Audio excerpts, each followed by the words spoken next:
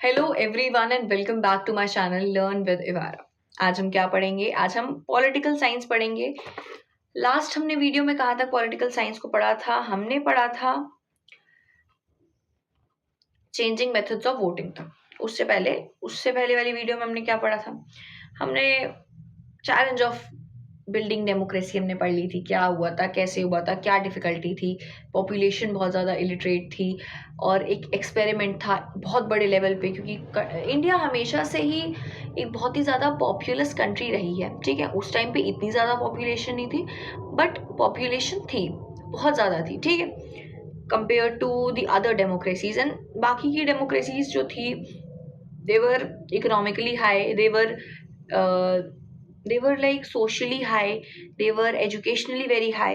But India ke sath the case was very different. Most of the population was very poor because they were exploited by the Britishers. ठीक है, they were exploited by the Britishers, they were very poor, they belonged from the agrarian sector and agrarian sector को बहुत ही ज़्यादा exploit किया गया था। तो that's why socially भी बहुत ज़्यादा disadvantage थे, इकोनॉमिकली भी बहुत ज़्यादा disadvantage थे। ठीक है, ओके। अब हम पढ़ेंगे, हमने सब कुछ देख लिया था। ठीक है, तो ये प्रूव हो गया कि डेमोक्रेसी जो है वो कहीं भी, डेमोक्रेसी जो है वो हम्म,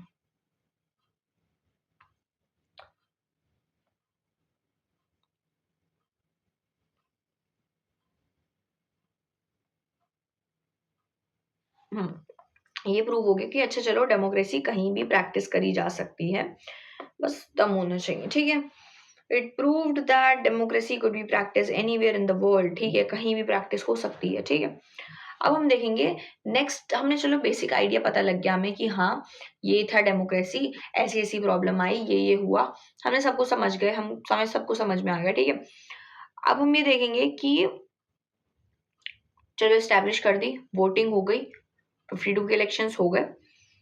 अब जीता कौन, क्यों जीता, कौन जीता होगा, क्या लगता है आपको, क्या लगता है कौन जीता होगा?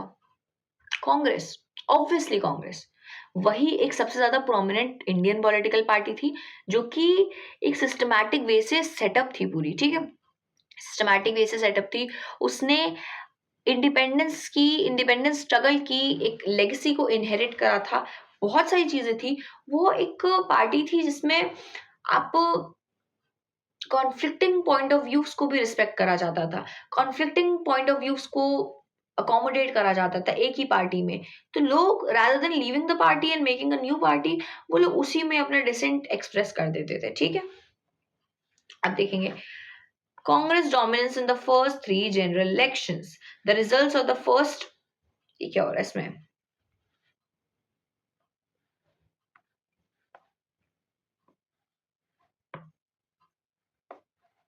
The result of the first general election did not surprise anyone. The Indian National Congress was expected to win the election.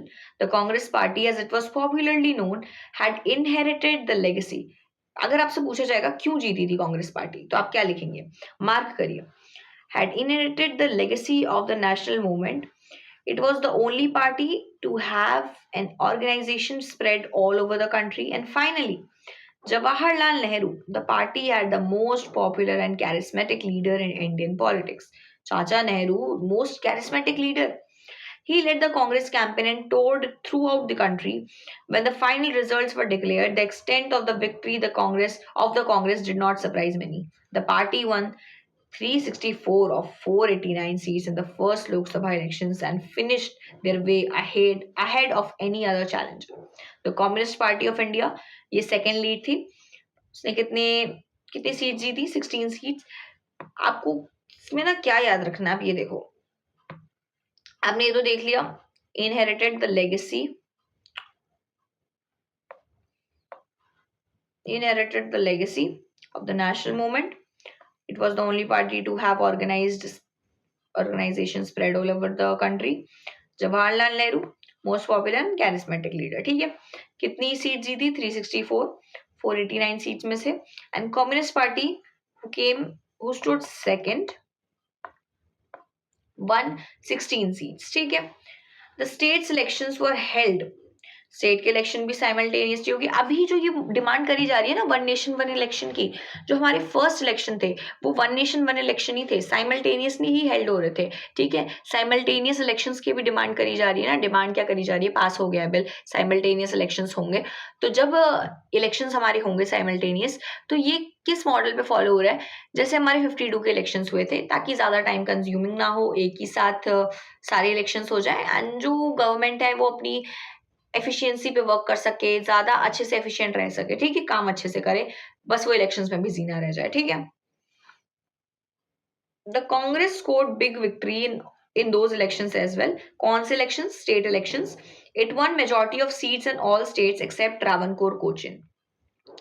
Travancore Cochin क्यों? क्योंकि यहाँ पे कौन जीता हम देखेंगे। Finally even in these states Congress form the government, so the party ruled all over the country at the national and at the state level.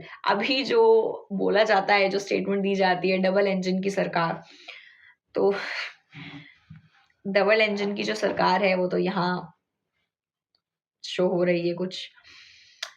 As expected, Jawaharlal Nehru became the prime minister after the first general elections. बिल्कुल। Uh, it took a look at the electoral map of the previous page would give you a sense of dominance of the Congress during the period of 1952 to 1967. Congress का dominance देखेंगे, states ruled by Congress during this। ये देखिए आपको हर जगह कांग्रेस कांग्रेस कांग्रेस कांग्रेस कांग्रेस कांग्रेस कांग्रेस कांग्रेस। केरला में कौन जीता? Democratic left front. बस केरला में democratic left front end Jammu and Kashmir में नेशनल कॉन्फ्रेंस, ठीक है, ओके। देख लिया क्या डोमिनेंस रही है, कब से कब तक, 1952 से लेके 1967 तक, क्लियर डोमिनेंस, ठीक है, clear dominance, sweeping the poll, sweeping the election polls, ठीक है, ऐसी चीज रही है। अब हमारा the extent of victory of the Congress was artificially boosted by our electoral system. The Congress won 3 out of every 4 seats, but it did not get even half of the votes. In 1952, for example, Congress obtained, ये क्यों है, क्यों percentage का ये difference आ रहा है? क्योंकि हमारा है FPTP सिस्टम, हमारा PR सिस्टम नहीं है, प्रोपोर्शनल रिप्रेजेंटेशन का सिस्टम नहीं है, हमारा फर्स्ट पास दी पोस्ट सिस्टम का फर्स्ट पास दी पोस्ट सिस्टम का मेथड यूज करा जाता है। इस वजह से प्रोपोर्शन एंड मतलब परसेंटेज ऑफ सीट्स एंड जो सीट्स मिली है उसमें काफी ज्यादा डिफरेंस होता है।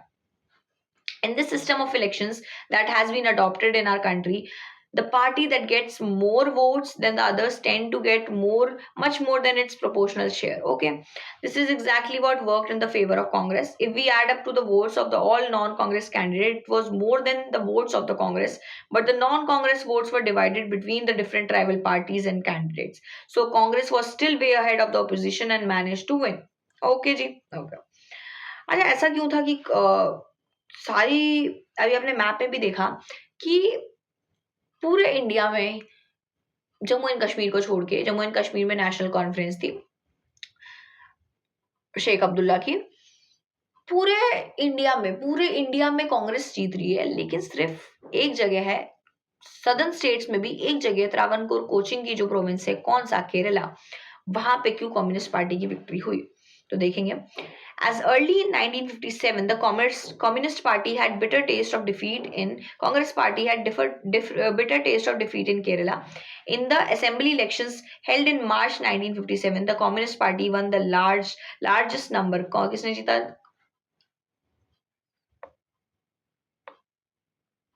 किसने जीता? Communist Party won the largest number of seats in Kerala legislature. Party won 60 out of 126 seats and had the support of 5 independents. The governor invited MS Namudripad, the leader of Communist Party legislature party, to form the ministry. For the first time in the world, a Communist Party government had come power through a democratic elections. What an irony. On losing power in the state, the Congress Party began a liberation struggle. अब कांग्रेस की ego पे hurt हो गया, क्या शुरू कर दिया भाई साहब ने शुरू कर दिया हमारा लिबरेशन स्ट्रगल। जरूरत थी? नहीं थी, फिर भी कर दिया। अगेंस्ट द इलेक्टेड गवर्नमेंट थी फिर भी। The CPI has come to power and promised carrying out radical and progressive policy measures. The communists claimed the agitation was led by vested interests and religious organizations. In 1959, the Congress government at center dismissed. Is this democracy?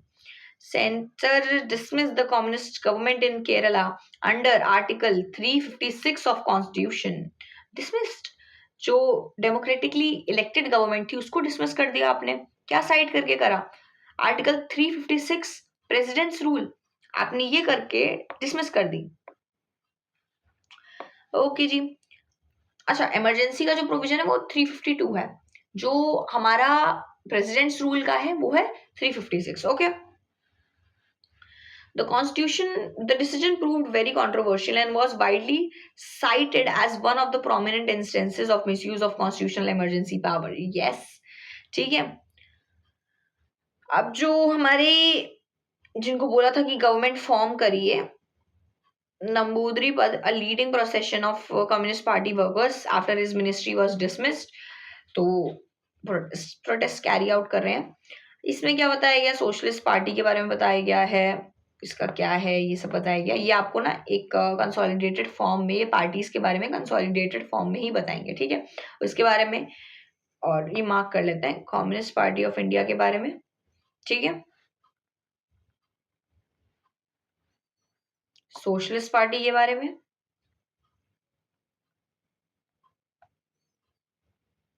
भारतीय जनसंघ के बारे में,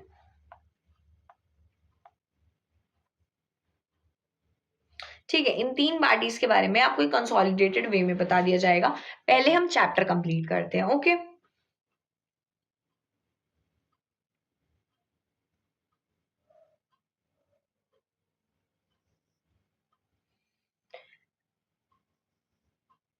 ठीक है, तो हमने ये पढ़ लिया, ये पढ़ लिया. अब हम क्या देखेंगे? नेचर क्या था कांग्रेस के डोमिनेंस का? Nature of Congress dominance. India is not only the country to have experienced the dominance of one party. ऐसा तो है नहीं कि इंडिया ही एक कंट्री जिसने सिर्फ एक ही पार्टी का डोमिनेंस देखा है. और भी पार्टी का डोमिनेंस, मतलब और भी कंट्रीज हैं ऐसी जिन्होंने सिर्फ एक ही पार्टी का डोमिनेंस देखा है. कौन कौन सी कंट्रीज हैं ऐसी? चाइना हो गई. ठीक है, चाइना हो गई. और कौन सी कंट्री हो गई हमारी?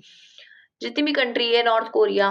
ठीक है, नॉर्थ कोरिया, चाइना, ये सब जो कंट्रीज हैं इन सब ने एक पार्टी का डोमिनेंस देखा है. लेकिन क्या वो democratically elected form of election, मतलब डेमोक्रेटिक वे ऑफ इलेक्शन से आए हैं ये डोमिनेंस?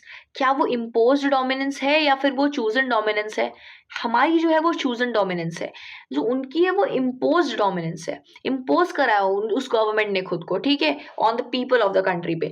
लेकिन जो हमारी टाइप ऑफ गवर्नमेंट है वो है डेमोक्रेटिकली इलेक्टेड. ठीक है, okay. India is not only country to have experienced the dominance of one party. If we look around the world, we find many other examples of one party dominance. But there is a crucial difference between these, जो कि मैंने आपको बता दिया. एक है आपका force dominance, एक है आपका चूजन डोमिनेंस. ठीक है, कंट्रीज कौन कौन सी? China, Cuba, Syria. अब इनका जो कॉन्स्टिट्यूशन है वही सिंगल पार्टी को करता है कि अच्छा आप ही रूल करोगे. Authoritarian governments, authoritarian regimes. ठीक है, इंडिया अथॉरिटेरियन रिजीम नहीं है, बहुत लोग बोलते हैं, लेकिन कि अब डेवलप हो रहा है, ऐसा कुछ नहीं है. डेमोक्रेटिकली इलेक्टेड गवर्नमेंट है. ठीक है. Some others like Myanmar, Belarus, Egypt and Eritrea are effectively one-party states due to legal and military measures. Until few years ago, Mexico, South Korea, and Taiwan were also effectively one-party dominant states. What distinguished, क्या distinguish क्या करा Congress party dominance? Congress party की dominance से क्या distinguish करा? कि ये democratic conditions के अंडर हुई है, फोर्स नहीं है. फोर्स सिंगल पार्टी डोमिनेंस नहीं थी, democratically condition, democratically applied conditions पे हुई थी. ठीक है. Many parties contested elections in condition of free and fair elections and yet Congress manage to win. Free and fair elections हुए थे लेकिन कांग्रेस फिर भी जीती थी. This was similar to the dominance of African National Congress that has enjoyed the African National Congress, dominance of African National Congress, जो कि south Africa ने एंड ऑफ अपार्थीड में विन, मतलब उनकी जो डोमिनेंस थी उससे थोड़ा बहुत सिमिलर है, क्योंकि हमारी जो फ्रीडम स्ट्रगल है काफी हद तक बहुत ज्यादा सेम रही थी. ठीक है, हम सब ने, मतलब साउथ अफ्रीका ने और इंडिया ने एक नॉन वायलेंट प्रोटेस्ट करे थे और काफी लॉन्ग पीरियड ऑफ एंड्योरेंस के बाद एक डेमोक्रेटिकली इलेक्टेड गवर्नमेंट चूज करी थी, ठीक है। Okay, the roots of this extraordinary success of the Congress party go back to the legacy of the freedom struggle. Legacy of freedom struggle. Congress was seen as inheritor of national movement. Charismatic leader का हमने भी पता कर लिया, ठीक है। Organisational framework अच्छा था इनका, हमने ये भी पता कर लिया, ठीक है। Well organise by the time parties could even think of strategy. Congress के पास जो था उसके पास पहले से कैंपेन था, और जवाहरलाल नेहरू तो थे ही थे, ठीक है। कैरिस्मेटिक लीडर जवाहरलाल नेहरू तो थे ही थे। The Congress has the first of the blocks, ठीक है। सब बेनिफिट्स थे, सब लिवरेज थे उसके पास। By the time of independence, the party had not only spread across the length and breadth of the country as we have seen in the maps, but also had organizational network down to the local level, ground root level, ठीक है, grass root level तब तक थी। Most importantly, as Congress was still recently a national movement, its nature was all inclusive था, जैसे कि मैंने आपको बताया था। अपोजिंग पॉइंट ऑफ व्यू को भी जगह दी जाती थी, डिसेंटिंग पॉइंट ऑफ व्यूज को भी जगह दी जाती थी, अकोमोडेटिव नेचर था उसका, ठीक है। All these factors contributed to the dominance of Congress party. Okay ji, okay, यहाँ तक हमने पढ़ लिया क्या रीजन था, कैसे वो बाकी कंट्रीज के वन पार्टी डोमिनेंस से अलग था, सब हम पढ़ चुके हैं। अब हम क्या पढ़ेंगे, Congress as social and ideological coalition, ये हम नेक्स्ट वीडियो में पढ़ेंगे, ठीक है। कांग्रेस क्या था, कांग्रेस पार्टी के स्ट्रक्चर के बारे में बेसिकली पढ़ रहे हैं हम, ठीक है। ये हम पढ़ेंगे। तब तक के लिए thank you so much, thank you for being with me till now. And कोई भी अगर आपको डाउट हो, do reach out to me on Ivara1017। बाकी या this is it for the video. Thank you so much.